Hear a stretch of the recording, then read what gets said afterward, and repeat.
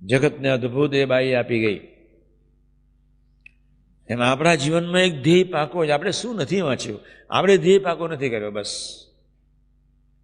મીરાની ખબર છે, નરસિંહની ખબર છે, પર્વતબેન ખબર છે, બધી ખબર છે, મૂર્ધનબેન ખબર છે, ગુણાતીત પુરુષોની ખબર છે, બધી ખબર છે. ધ્યેય નક્કી કરો. મધ્ય 50 પ્રમાણે ખરેખર જીવવું છે. કોઈ વાલી વસ્તુ નહીં, કોઈ સમજણ વાલી નહીં. મારું અંતર જે ગુનાતીત એનો જ મને વિશ્વાસ. મધ્ય 50. છેલ્લાનો 5 ખરેખર વિશ્વાસ દ્રઢ કરાવવો છે. પ્રભુને વિશ્વાસ આવ્યા વતના છે. છેલ્લાનું 5, મધ્ય 50, મધ્ય 41, મધ્ય 37. જીવનમાં કોઈ ધ્યેય નક્કી જોઈએ. મેં મારા જીવનનો ધ્યેય નક્કી કર્યો છે. મેં આગળ પાસે બેસ રાખ્યા, સૂત્રો જ રાખ્યા છે. બસ અનંત આધાર છોડીને, અનંત રાગ છોડીને, અનંત સમજણો છોડીને, અનંત સ્વભાવ છોડીને બસ તને એકને રાખવાનો. એ મારું સૂત્ર છે. હું જ્યારે જૂના મંદિરમાં હતો ત્યારે ત્યાં સૂત્ર લખ્યું હતું, કોઈ વ્યક્તિ પદાર્થ અને પ્રસંગ, કોઈ વ્યક્તિ પદાર્થ અને પ્રસંગ પ્રભુનો સંબંધ તોડાવી નાખે તો એ પાપરૂપ છે. ત્યાં સૂત્ર લખેલું. પપ્પાજી અંદર બેઠા હતા એટલે બધા રાજી થઈ ગયા. કોઈ વ્યક્તિ પદાર્થ કે પ્રસંગે જો પ્રભુનો સંબંધ તોડતો હોય તો એ મહાપાપ છે. મારું એ વાક્ય પહેલાનું કોઈ નક્કી કરી નાખ્યું છે. જીવનનું ધ્યેય પ્રભુ સાથેનો સંબંધ તો નહીં જ તૂટવો જોઈએ. માને કરીને નહીં, કામે કરીને નહીં, લોભે કરીને બી નહીં, સ્વાદે કરીને નહીં. કોઈ દોષ સ્વભાવ એવો ન હોવો જોઈએ. ભલે તમારા માન રહ્યું, ભલે તમને લાગી ગઈ બુલેટ, પણ એ માન સંબંધ તો રહી જાય. બુલેટ તો લાગવાની છે જ. રાજકોટમાં એક ભાઈને મેં જાણી જોઈને એની સેવા વધારે લખી. હું રાજકોટની ધરતીની વાત કરું છું. યોગી સદાનંદ ભાઈએ સેવા નહીં આપેલી, મેં ડબલ લખી નાખી. પછી અંગત, પછી બધા અહીંયા બધા આવે ત્યારે બધા હોય જ. લોભની વૃત્તિ નડી જ. ભલે લડે, ભલે સેવા ન આપે એનો વાંધો નથી, પણ મારો વાંક છે એને ખબર પડવી જોઈએ. લોભ મને વર્ગ્યો છે, માન મને વર્ગ્યું છે, કામ મને વર્ગ્યો છે, સ્વાદ મને વર્ગ્યો છે, મને વર્ગ્યો છે, બધું સ્નેહ મને વર્ગ્યો છે. એને ખબર પડી જોઈએ. જેના ફળ સ્વરૂપે તમારો સંબંધ ન તૂટે. પછી ભાઈને કહ્યું, મેં મારે તમારી જોડે બેસવું છે. એ ટાઈમ મળ્યો નહીં, રાજકોટ જવાયું તો બી મળ્યો નહીં, પછી બેસી શકાયું નહીં. હવે એની નાતે બોલાવીશ.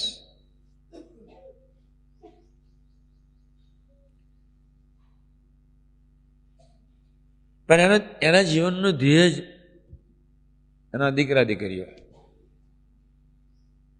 એ સત્સંગ ના કરી શકે. મારા જીવનનું ધ્યેય ખુરશી, તો હું સત્સંગ ન કરી શકું. મારા જીવનનું ધ્યેય ડોલર્સ, તો હું સત્સંગ ન કરી શકું. મારા જીવનનું કોઈ ધ્યેય સ્ત્રી, તો હું સત્સંગ ન કરી શકું.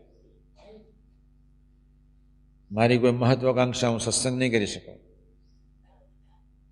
મારું કોઈ સ્વતંત્ર, મારી સ્વતંત્ર પેટર્ન, હું સત્સંગ નહીં કરી શકું.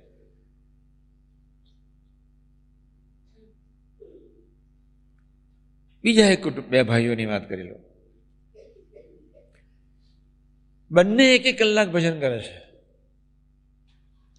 બંને 1 કલાક સ્વાધ્યાય કરે છે.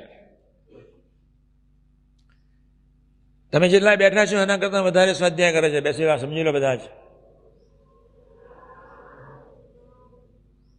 આપણે કપડાં પહેરીને આપણે શું કરવાના? જમત કરવાની. સેવાના અંગવાળાએ નક્કી કરવું પડશે એના જીવનનો ધ્યેય. હું શા માટે સેવા કરું છું ભાઈ? હું કોની સેવા કરું છું સાથી? એ મસ્ટ ડિસાઇડ.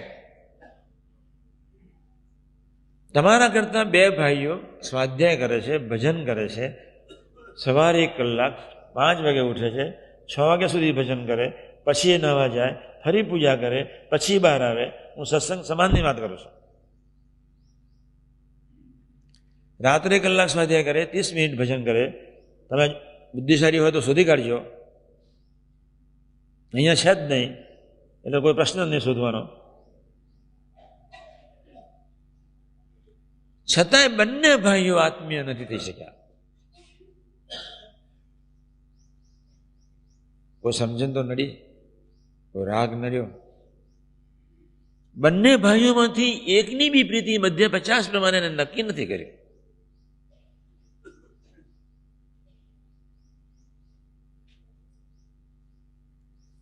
બંને ભાઈઓએ આટલું ભજન, વાંચન, કથા, વાર્તા બધું જ મારી કેસેટો તમે જેટલી નહીં સાંભળતા એથી વિશે એ સાંભળે. તમે શું સાંભળો છો? કોઈક ધ્યેય સ્પષ્ટ હોવો જોઈએ. અને ધ્યેય સ્પષ્ટ હોય, હું અમે વખાણ નથી કરતા, હું અને મહંત સ્વામી અમે કંઈ પૂર્ણ નહોતા, પણ ધ્યેય નક્કી કરી નાખ્યો. જે વખતે મળ્યા સ્વામીજી તે વખતથી જ ધ્યેય નક્કી કરી નાખ્યો હતો કે હવે નથી ભણવું, બસ પૂરું થઈ ગયું, એટલા મળવાના છે, પૂરું થઈ ગયું. પૂર્વાશ્રમની મા સાથે મને પ્રીતિ ને એને અમારે બેને અરસપરસ ખૂબ પ્રીતિ. બહુ ખાનદાન હતી, કોઈક મુમુક્ષુ હતી, શુદ્ધ મુમુક્ષુ હતી. યોગી મહારાજ ધીમે ધીમે મને એ ટાઈપની આજ્ઞાઓ આપતા હતા કે એની તરફની પ્રીતિ ઓછી થાય. બહુ હોશિયાર. મેં બી ગાંઠવાળી હતી જ. નક્કી કર્યું હતું કે કોઈ વ્યક્તિ વચ્ચે નહીં આવી જોઈએ. પ્રીતિ હોય એટલે શું? આ બંને ભાઈઓની જેની હું વાત કરું છું, બંને સાઉન્ડ છે, બંને આત્મીય નથી. કોઈક સ્વભાવ આત્મીય થવા દેવાતો નથી, કોઈ વૃત્તિ, કોઈ સમજણ, અનસમજણો આત્મીય થવા દેતા નથી. ભાઈ, એક જ રૂમમાં રહેનાર 5 સંતો આત્મીય સાથે નહીં થઈ શકતા. દરેકનું અંગ જુદું છે, સમજણ જુદું છે, ધ્યેય એક નથી. જેના જીવનનો ધ્યેય એક, એ રૂમના સંતો 100% આત્મીય બને. જાગો, નિંદ્રામાં છીએ, ઘોર સેવા એકલી ન ચાલે. નાક સેવા કરવી હોય તો મધ્ય 41 ને વ્યવસ્થિત સમજવું પડે. મધ્ય 41ની સેવાના 5 ભાવના એટલે પ્યાર સમજણ છે. અહો ભાવે ધનભાગ ધનગડિયા સેવા ક્યાંથી, એટલી સુંદર સમજણ આવી છે. બ્રહ્મભાવથી, ભગવત ભાવથી, ભગવત પ્રસન્નતાને અર્થે, બ્રહ્મની જ મૂર્તિ માનીને પોતાના જ આત્માના કલ્યાણને અર્થે રાગ ભાવે. મધ્ય 41 શું નથી લખ્યું, પણ નક્કી નથી કર્યું. કોઈ જીવનનું ધ્યેય નક્કી કરી નાખો. ડેરી પૂજારી છે, મન બુદ્ધિથી પાર કોઈ નિર્ણય નથી જીવવાનો. ત્યારે મન ખેંચી જાય ખબર નથી પડતી. ખેંચી જાય તો ખબર તો પડે ને કે હું નપાસ થયો છું. એટલે કોઈનો અભાવ તો ન લે. કોણ માગણ તો અભાવની છે, કોણ માગણ તો અંતરાયની છે, કોણ માગણ તો બેની વચ્ચે આત્મીયતા નથી એટલે બળ મળતો નથી. કોઈ અંતરાય છે, કોઈ અભાવ છે, કોઈ આત્મીયતાની શોધ નથી. એટલે બધાએ નક્કી કરવાનું છે.